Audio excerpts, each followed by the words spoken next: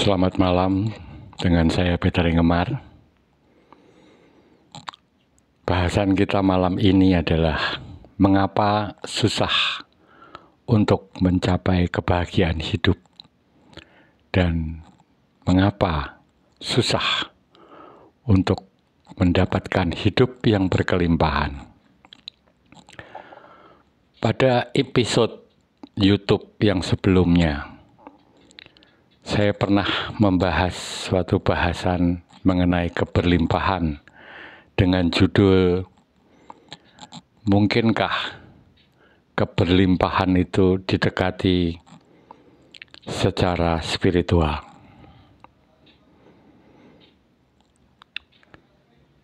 Bagaimana?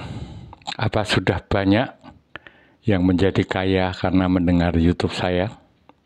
Saya rasa belum. Karena setelah saya menyelam lebih dalam, saya mendapatkan suatu fakta baru, yaitu tentang apa yang menghambat seseorang bisa melahirkan satu kebahagiaan, sehingga orang itu bisa menerima hidupnya. Di mana seseorang apabila sudah menerima hidupnya, maka orang tersebut akan segera memasuki gerbang hidup yang berkelimpahan. Jadi, marilah kita telaah bersama-sama tentang kata mengapa aku sulit menjadi bahagia. Kenapa aku sulit mendapat hidup yang bahagia, dan mengapa sulit untuk berkelimpahan. Itu adalah akibatnya. Dengan kesadaran pikiran kita, dalam kata itu yang terpenting adalah aku dan hidup. Aku adalah memori yang ada dalam kesadaranku, dalam pikiranku. Kita telah memori-memori apa yang telah kita simpan dari waktu kita kecil. Dari kecil kita sering dibandingkan. Ayo, belajar yang pintar. Itu anak itu saja bisa, masa kamu nggak bisa? Itu menimbulkan rasa sakit yang tidak disadari, tapi disimpan. Kemudian kita sering dibilang bodoh. Bodoh kamu, begini saja nggak bisa. Kemudian kita sering tidak diterima oleh orang tua kita. Ayo sana-sana main di luar, bapak lagi capek. Dan banyak hal yang lain. Setelah itu kita beranjak menuju bangku sekolah. Ternyata pikiran kita tidak secemerlang anak-anak lain. Fisik kita mungkin tidak sebesar mereka. Sehingga kita dikucilkan dalam permainan-permainan, dianggap anak pupuk bawang. Hal itu juga disimpan dalam rasa sakit, sebagai rasa sakit. Kemudian setelah bersekolah, kita menikah. Sehabis masa honeymoon, kita mendapati kenyataan hidup, bahwa hidup ini harus ditopang oleh faktor ekonomi yang kuat. Sehingga sering terjadi perselisihan antara istriku dan aku. Dan sering ini menjadikan rasa sakit yang kemudian juga tersimpan. Selain itu, karena ekonomiku kurang baik, maka aku selalu merasa menjadi korban dari kehidupan ini. Sehingga aku tidak bisa membahagiakan keluargaku. Kemudian untuk itu aku harus bekerja. Di dalam masyarakat terdapat keyakinan bahwa uang itu nggak gampang dicari. Uang itu harus dicari dengan banting tulang. Mendapati kenyataan seperti itu, rasa kesulitan dan putus asa juga menjadi tersimpan dalam memoriku. Dan masih banyak beribu-ribu hal lain yang menyebabkan memoriku yang kemudian menjadi aku. Isinya adalah hal-hal yang tidak mengenakkan, seperti penolakan, kecewa, sedih, rasa tidak mampu, putus asa, kehilangan.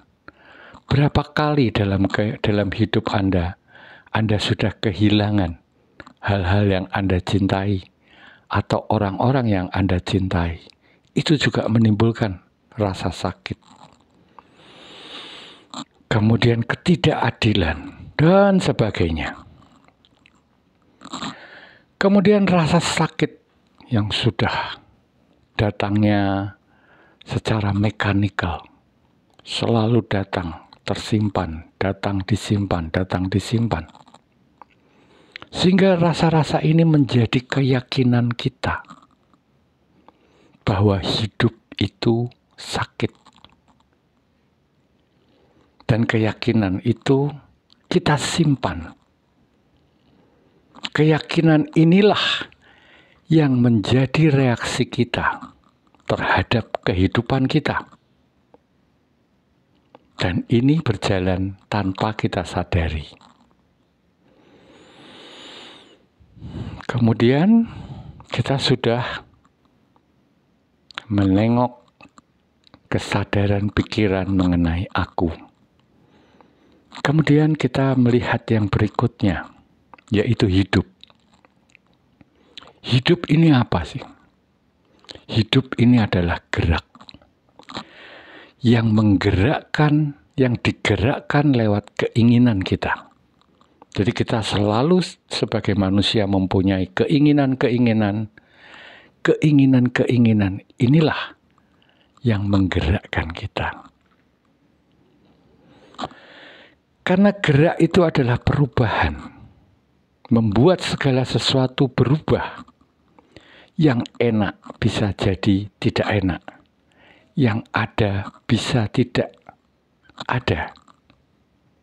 Namun karena keyakinan yang timbul dari kesadaran memori-memori kita bahwa hidup ini sakit, menyakitkan, maka yang timbul dalam pemikiran kita yaitu perubahan yang sekarang tidak enak menjadi lebih tidak enak. Dan ini menimbulkan rasa takut.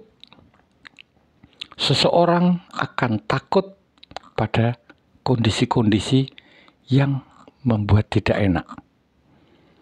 Orang itu akan menghindari, berusaha lari, merepress pikiran-pikiran tentang suatu kondisi yang akan timbul yang rasanya tidak enak. Nah, tadi kita menemukan bahwa hidup ini segala berubah dan menimbulkan rasa takut. Sekarang kita kupas lebih dalam. Rasa takut itu apa? Rasa takut itu adalah pikiran kita. Yang ditakuti oleh seseorang itu bukan suatu objek. Namun pikiran kita sendiri yang mengatakan bahwa sesuatu yang lebih buruk atau sesuatu yang buruk akan datang. Jadi sekarang ini belum ada. Tapi pikiran itu mempredik bahwa sesuatu yang lebih buruk atau buruk akan datang. Contohnya, seorang penerjun payung.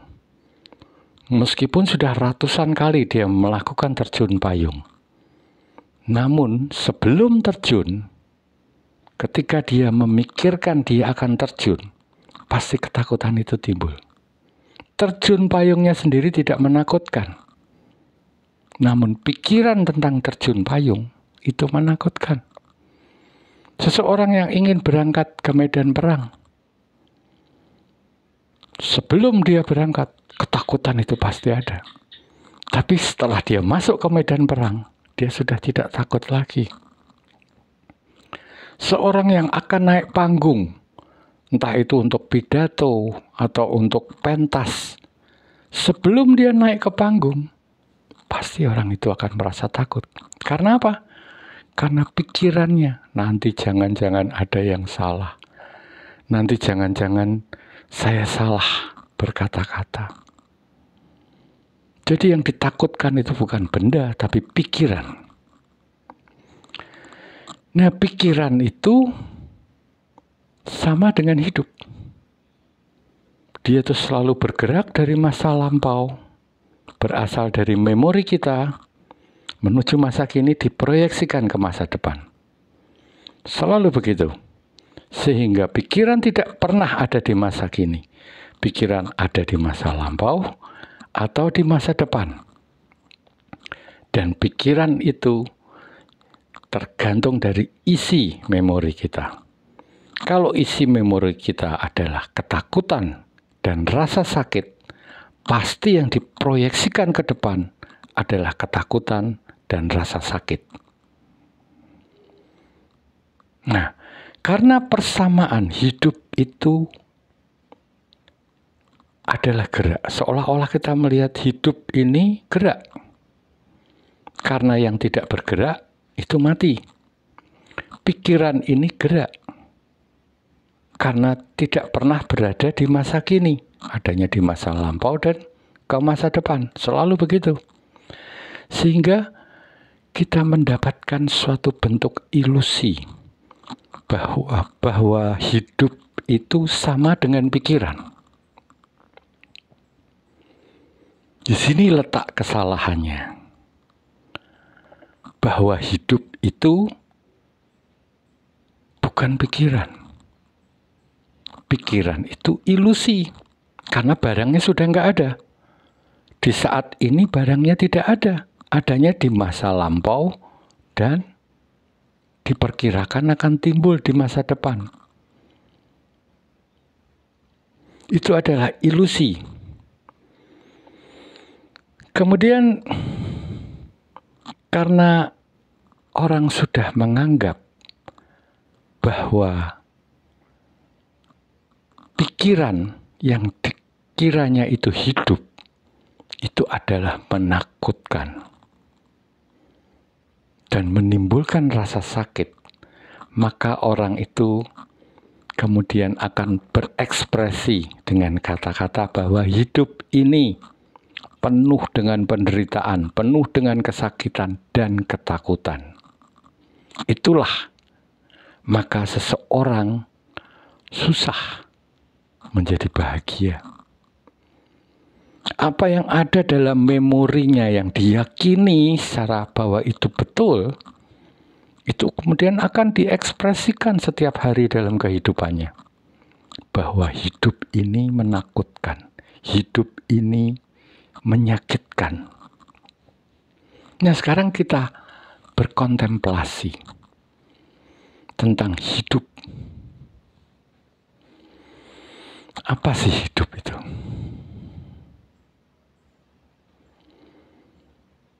Kita melepas, kita mengawasi pikiran kita. Kita mengawasi nafas kita, badan kita, sekeliling kita, sehingga kita berada pada saat ini dan sekarang. Kemudian perhatian kita arahkan kepada apa yang disebut hidup.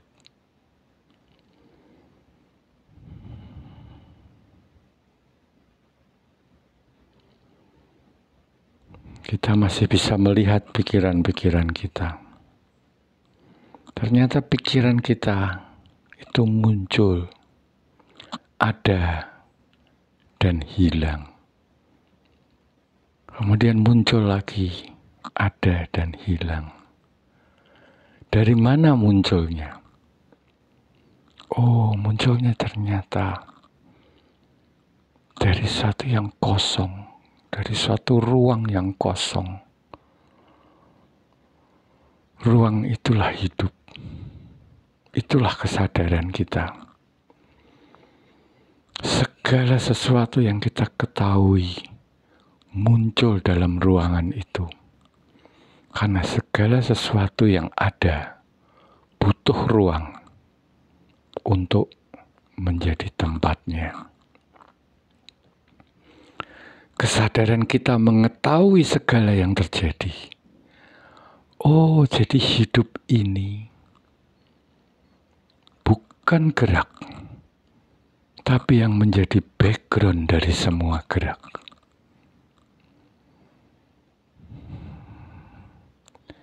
Hidup ini seperti layar TV yang tidak pernah berubah, di mana semua gambar dalam acara-acara TV itu muncul sebagai pixel, sebagai titik-titik warna yang kemudian kita persepsikan menjadi gambar.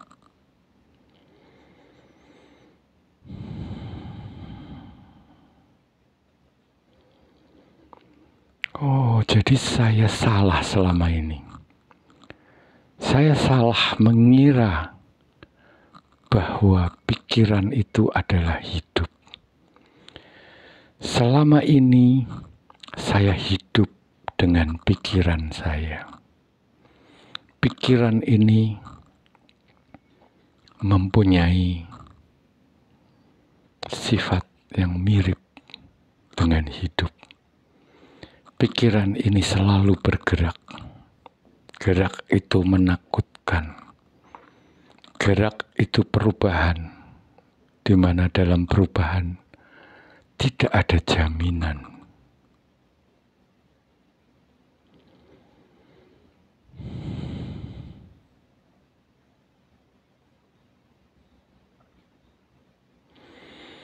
Hidup ini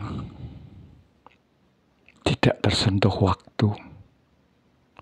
Hidup ini adanya di dimensi sekarang dan di sini.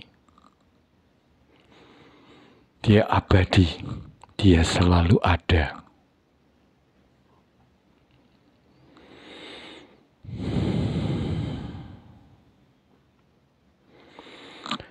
Aktivitas dari memori yang timbul menimbulkan rasa takut.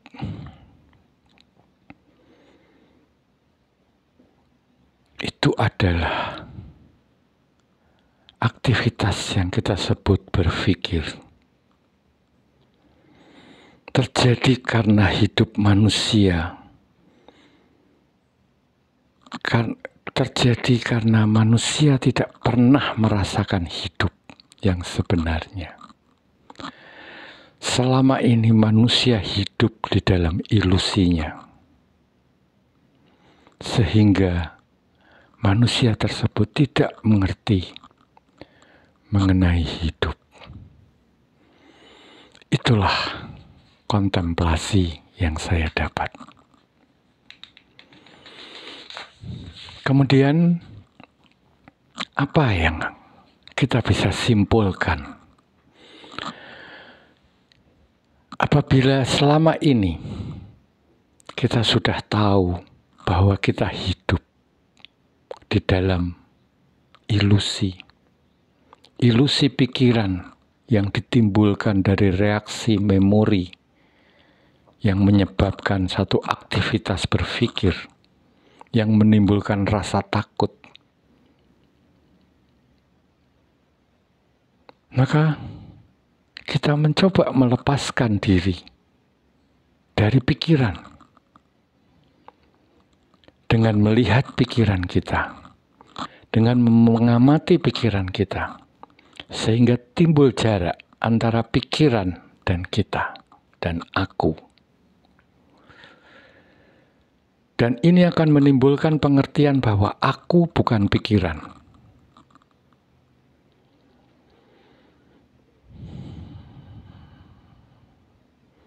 Setelah aku bukan pikiran timbul, maka rasa sebagai korban kehidupan itu juga akan lepas.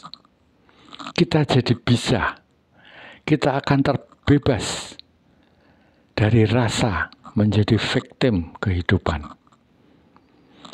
Terbebasnya diri dari rasa menjadi korban kehidupan akan menimbulkan pengertian bahwa keyakinan yang saya pegang selama ini itu adalah salah. Dan itu akan meruntuhkan keyakinan saya bahwa hidup ini menyakitkan dan hidup ini menakutkan. Rasa bebas dari sakit, takut, serta keyakinan yang salah membuat seseorang bisa menerima hidupnya secara apa adanya.